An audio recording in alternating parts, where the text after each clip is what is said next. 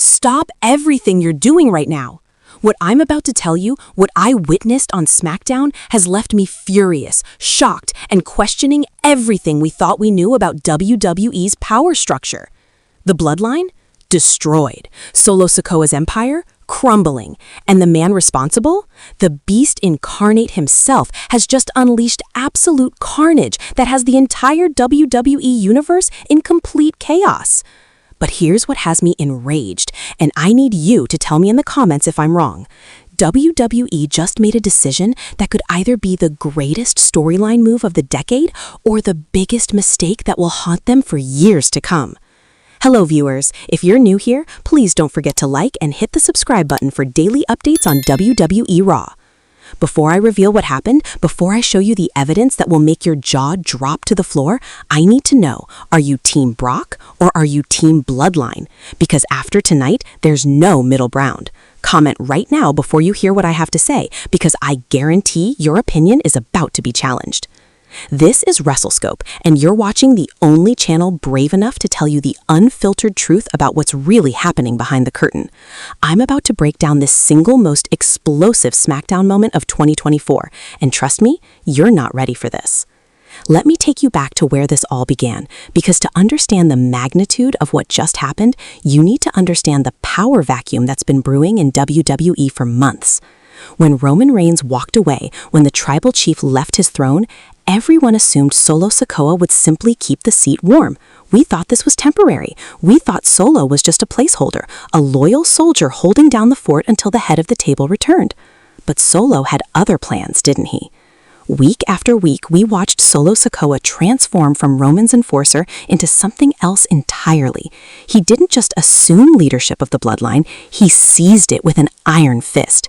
He brought in Jacob Fatu, the most dangerous Samoan wrestler outside of WWE, and created something darker, something more violent than anything Roman ever built.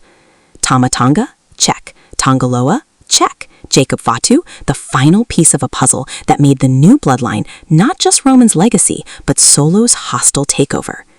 And here's where it gets interesting. Here's where WWE made their first critical mistake that set up everything that happened on SmackDown. They let Solo believe he was untouchable. For months, Solo and his new Bloodline ran roughshod over the entire SmackDown roster. They destroyed Cody Rhodes' allies. They decimated Kevin Owens. They sent a message to everyone in that locker room. This is our show, and there's nothing you can do about it. The WWE universe was divided. Half of you was saying, this is amazing. Solo is proving he's a star. The other half were screaming, where is Roman? Where is the real tribal chief? This is disrespectful to the legacy.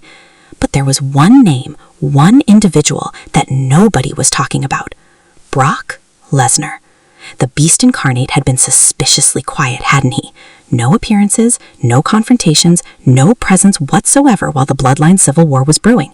And that, my friends, should have been our first clue that something catastrophic was coming. Friday Night SmackDown, December 2024. The arena is electric because rumors have been swirling all week about a potential Roman Reigns return. The WWE universe is on the edge of their seats.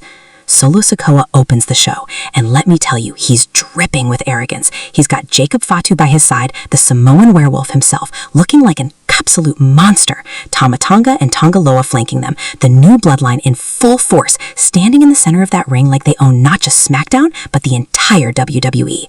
Solo grabs the microphone, and what does he say? He challenges Roman Reigns. He tells the tribal chief that if he ever wants to come back, he'll have to go through the new Bloodline. He tells Roman that his time is over, that the family has moved on, that there's a new head of the table.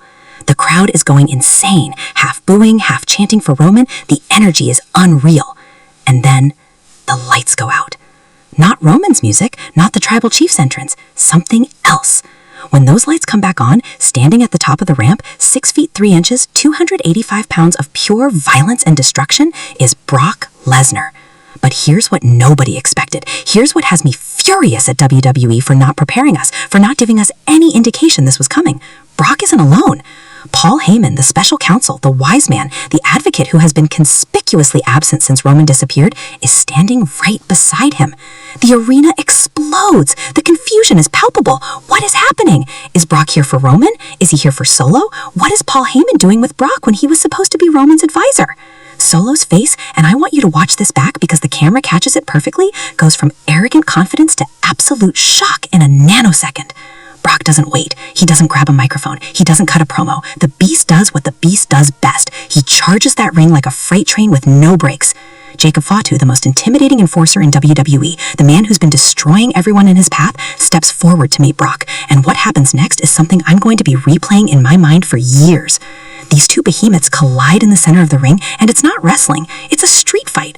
Fatu throws hands like he's in the islands. Brock is throwing suplexes like they're going out of style. The ring is shaking. The turnbuckles are rattling. But here's where it gets insane. Tama Tonga and Tonga Loa jump in, and you'd think 3-on-1 odds would slow Brock down, right? Wrong. Brock Lesnar channels every ounce of the Beast incarnate and starts throwing these guys around like they're children. Suplex for Tama, suplex for Tonga Loa, another suplex for Jacob Fatu. It's Suplex City, and the entire Bloodline has just bought real estate. Solo Sikoa, the so-called new tribal chief, backs into the corner, and you can see it in his eyes. For the first time since taking over the Bloodline, Solo Sikoa looks vulnerable. He looks scared. Brock locks eyes with Solo, and the entire arena knows what's about to happen. Brock charges and delivers the most devastating F5 I have seen in years. Solo's body rotates in midair like a helicopter blade, and he crashes to the mat with an impact that probably registered on the Richter scale. But Brock's not done. He picks up Jacob Fatu, the 300-pound Samoan werewolf, and delivers another F5, then Tama Tonga, then Tonga Loa. 4 F5s in under 3 minutes. The Bloodline is decimated. Bodies are everywhere. Paul Heyman is standing at ringside with the most smug smile I've ever seen, and he slowly raises a microphone to his lips. And he says the 3 words that changed everything. Acknowledge your beast. Now here's where I need you to listen carefully, because what happened next is where my anger truly begins, and it's why I need you to comment and tell me if WWE just made the biggest mistake in modern wrestling history. The cameras cut backstage immediately after the carnage, and we see medical staff attending to the broken bodies of Solo's Bloodline. Stretchers are being brought out. Jacob Fatu is holding his ribs. Solo Sikoa is being evaluated for a possible concussion. And then we get the segment that has the entire wrestling world in an uproar. A black SUV pulls up to the arena. The camera zooms in. The door opens, and out steps Roman Reigns. The tribal chief has returned, but here's what has me questioning everything. Roman doesn't rush to the ring, he doesn't check on his family, he doesn't confront Brock Lesnar. Instead, Roman stands there, watching a monitor showing the replay of Brock's destruction, and he smiles. Not a smile of concern, not a smile of anger, a smile of satisfaction. The camera catches Paul Heyman walking up to Roman backstage, and these two, the tribal chief and his former wise man, share a look that tells us everything we need to know. This was planned. This was orchestrated. Roman Reigns and Brock Lesnar, the 2 men who have been mortal enemies for years, have formed some kind of alliance to destroy Solo Sikoa's version of the Bloodline. And this is where my questions begin. Questions that I need you to answer in the comments. Question 1.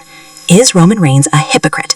He spent years building the Bloodline on loyalty and family, and now he's using Brock Lesnar, an outsider, to destroy his own cousin. What happened to We the Ones? What happened to Family First? Question 2. Does this mean Paul Heyman was never really loyal to Roman, or was he playing both sides all along? Was Heyman using Roman to build his own power base, and now he's simply backing the stronger horse in Brock Lesnar? Question 3. And this is the big one. Is WWE inadvertently making Solo Sikoa the sympathetic character here? Think about it. Solo stepped up when Roman abandoned the family.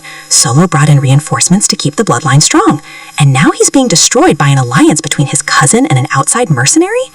The WWE universe is split down the middle. Twitter is on fire. Reddit is in complete chaos. Half of you are saying this is the most brilliant storyline WWE has done in years. The other half are saying WWE just ruined the Bloodline legacy and turned Roman into a villain worse than anything we saw during his tribal chief run.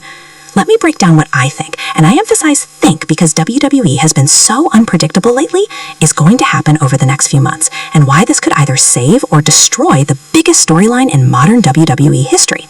WrestleMania 41 is looming on the horizon, and what if, just what if, WWE is building towards something we've never seen before, Roman Reigns versus Brock Lesnar versus Solo Sikoa in a triple threat for control of the Bloodline and the undisputed WWE Universe Championship. Think about the storytelling possibilities. Roman trying to reclaim his throne, Brock trying to prove he's the ultimate final boss, Solo trying to prove he was never just a placeholder. This could be the match that defines a generation. But here's the dangerous game WWE might be playing. What if this alliance between Roman and Brock is temporary? What if they destroy Solo's bloodline together and then turn on each other? Because we all know Brock Lesnar doesn't share power with anyone, and Roman Reigns is too proud to remain in anyone's shadow. This could lead to the most personal, most violent feud between these two legends that we've ever witnessed. And I haven't even mentioned the elephant in the room, the final boss himself. Dwayne "The Rock" Johnson has been teasing a return for months. What if The Rock comes back, not to side with Roman, not to help Solo, but to restore order to the Bloodline family that's tearing itself apart? Imagine The Rock standing in the center of the ring with Roman on one side, Solo on the other, Brock Lesnar looming like a predator, and The Rock having to make a decision that will shape the future of WWE. But here's my controversial take, and I need you to tell me if I'm crazy in the comments. WWE might have just made a massive mistake by bringing Brock back this early. Solo Sikoa was just starting to find his footing as a main event player. Jacob Fatu hadn't even had his moment to shine. By having Brock demolish them in one night, WWE might have just killed the momentum of two rising stars to pop a rating. Yes, it was spectacular. Yes, it was shocking. But was it the right move for long-term